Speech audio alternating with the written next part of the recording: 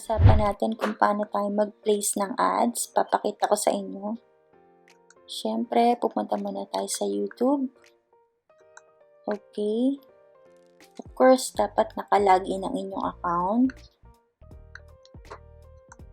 Kukuha tayo sa YouTube Studio. Punta kayo sa videos. Meron akong hindi pa na-upload. So, yun yung muna yung gagawin natin. Eto, ina-upload ko siya unlisted. So, naka-on na yung monetization. I-off muna natin to. Para makita nyo step by step kung paano ko nilalagay. So, ayan, naka-ready na siya. Meron na siyang title, description, may thumbnail na siya, may tags na siya. So, ang gagawin nyo lang is go to monetization. Ayan. Naka-off pa siya. So, i-on lang natin. Then, done. For example, wala tong mga to. Hindi pa siya nakatik. Usually kasi hindi pa siya nakatik. So, lahat dapat yan lalagyan na natin ng tick. Tapos, usually, ang makikita nyo lang is before and after ng video.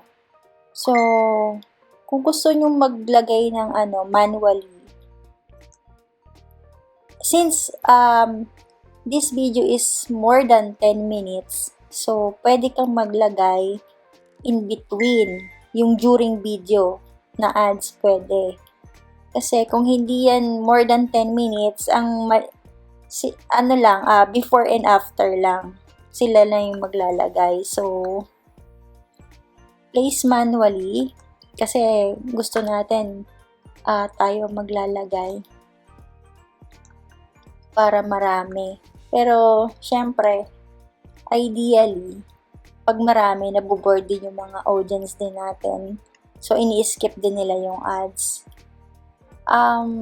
Nag-research ako, usually ang nilalagay nila pag sobrang matagal yung video is every 2 minutes.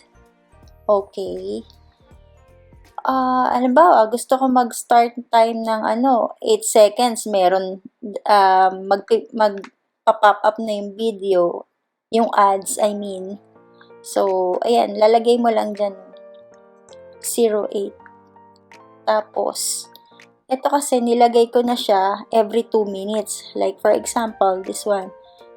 2 minutes, 4 minutes, 6 minutes, 8 minutes. Since 11 minutes yung video ko, 11 minutes and 50 seconds, hanggang 11 ko siya nilagay. Okay, kung pwede namang hanggang 10 lang. Pero since gusto ko hanggang 11, kasi malapit na rin naman mag-12. So, yun. Ganun lang siya. Mag-a-add ka lang ng break. Halimbawa, 15 minutes yung video mo, mag-a-add ka lang ng ganyan, Para sabihin natin, 12 minutes. Pagtapos ng 8, may 12, diba? Ganun. Ayan. Ito, natin 12. Tapos continuous. Hindi yan kasi hindi naman 12 minutes yung video ko. Yung ginawa ko lang example. So, ibalik natin ng 11. And then, continue. Ganun lang. And then, of course, mahalaga, isi-save nyo. Ayan. So, magre-refresh na yan. Okay.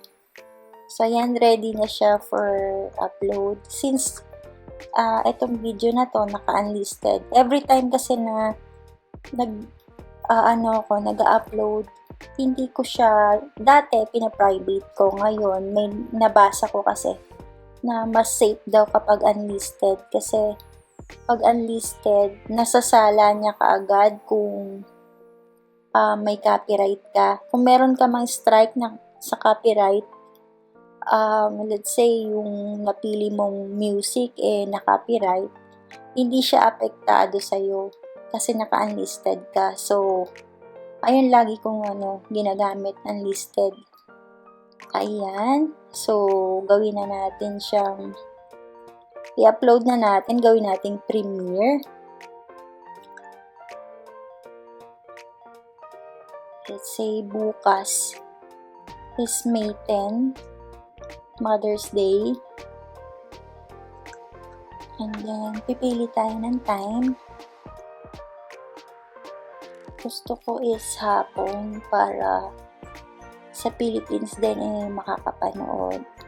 Like for example, ito. Sabihin natin ito. Ito, 7:45 PM.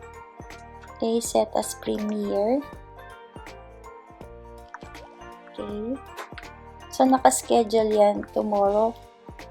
May 10, 7:45 PM. Ayan, ready na siya. So, automatic kapag nag-premiere to, naka-public na siya. Okay, that's all for today. Thank you so much. Sana nakatulong ang aking video. Okay, bye for now.